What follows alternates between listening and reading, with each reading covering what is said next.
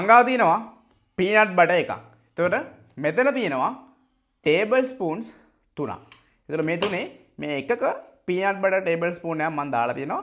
මේ table spoon එකේ calories 94ක් තියෙනවා. එතකොට අපි බලමු තව ටේබල් ස්පූන් එකක පීනට් බටර් අරගෙන. එතකොට අපි මේක ගත්තොත් මෙතන කැලරිස් 188ක් විතර තියෙනවා.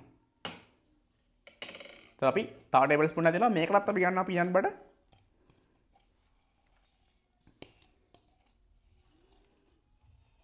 එතකොට මෙතන කැලරිස් 250ක් විතර තියෙනවා. ඔයාලට පේනවා ඇති මෙතන තුනම ටේබල් ස්පූන්ස් තුනක්. හැබැයි කැලරිස් ගාන වෙනස්. මේකේ 94යි, මේකේ 188යි, ඒත් දෙකම මේකේ කැලරිස් 250යි. මතක තියාගන්න ඔයාට කවුරු හරි කිව්වොත් පීනට් බටර් ටේබල් ස්පූන් එකක් ගන්න කියලා. එහෙම නැත්නම් ඔයාගේ ඩයට් එකේ තියෙන ටේබල් ස්පූන් එකක් නම් ඔයා ටේබල් ස්පූන් එක කියන්නේ මෙන්න මේ ප්‍රමාණය.